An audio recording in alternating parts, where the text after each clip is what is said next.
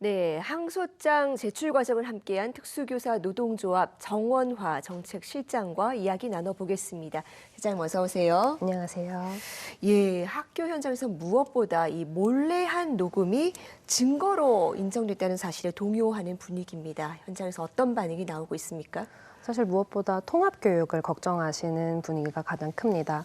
수업 중에 녹음을 증거로 인정하지 않았던 지난 1월 대법원 판례에도 불구하고 장애 학생만 예외로 인정받은 건 앞으로 교육 현장에서 결국 장애 학생이 예외적이고 초법적인 존재로 받아들여질 가능성이 아주 높다는 뜻이거든요. 지금도 통합교육은 여러 어려움이 커요. 근데 앞으로 한 학급에 30명 중에서 유일하게 녹음기를 소지해도 그 위법성이 조각되는 단 한 명의 학생으로 인식되어서 선생님들의 교육 활동이 위축되고 또 너무 마음 아프게도 결국 장애 학생과 비장애 학생의 통합교육이 꺼려지기까지 하는 그런 아픈 결과를 불러올 수 있을 것입니다. 이건 결국 통합교육이 시스템으로 보호받지 못하는 거죠. 네, 통합교육이 오히려 위축될 우려가 있다라는 지적해 주셨습니다. 이 교사의 발언에 대해서 1심 법원은 일단 학대를 인정을 했습니다. 이 녹음 파일의 증거 능력은 별개로 치더라도 이 발언에 문제가 있었다라는 점에는 동의를 하십니까? 검찰이 문제 제기한 5가지 중에서 4가지는 무죄로 인정을 받았어요. 그리고 나머지 하나의 발언만이 인정이 되었는데요. 그것도 오늘 선생님의 입장문에서는 학생이 아니라 학생의 행동을 가리킨 말이었다고 설명을 하셨어요. 그런데 이건 결국 작년 여름 이후에 계속 문제가 제기됐던 교권 문제와 연결이 되게 됩니다. 교육 활동이 명시적인 기준 없이 모호한 정서적 아동학대라는 범죄로 이어질 수 있다는 거. 사실 녹음기를 하루 종일 틀어놓고 문제가 될 부분 찾아내는 거는 교사의 교육적 의도나 전체 맥락에 상관없이 불가능한 일이 아니에요. 그래서 모든 선생님들께서 너무 두렵고 안타깝고 공감하시는 거고요.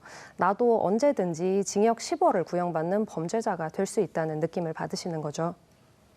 네, 무엇보다 이번 사안을 개인 간의 갈등으로 보기보다 구조적인 문제를 찾아서 보완할 필요도 있어 보입니다. 이 부분은 어떻게 보십니까?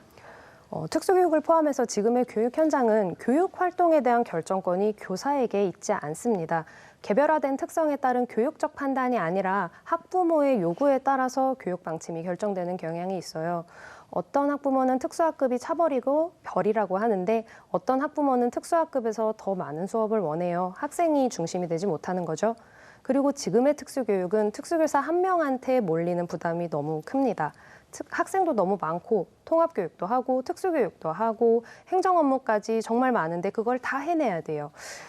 그래서 교사 확충, 급당 학생 수 축소, 행정 업무 재구조화 이런 게 교육이랑 정말 직결되는 거거든요. 이런 부분을 개선하면서 학생의 특수교육뿐만 아니라 통합교육까지 더 양질의 교육을 받고 교사들은 안전하게 교육할 수 있는 방안이 마련돼야겠습니다.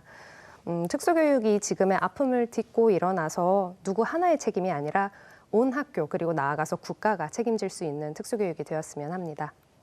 네, 이번 사건이 소모적 공방에만 그치지 않고 학교 현장의 개선책을 근본적으로 고민하는 계기가 되기를 바라겠습니다. 오늘 말씀 잘 들었습니다. 고맙습니다.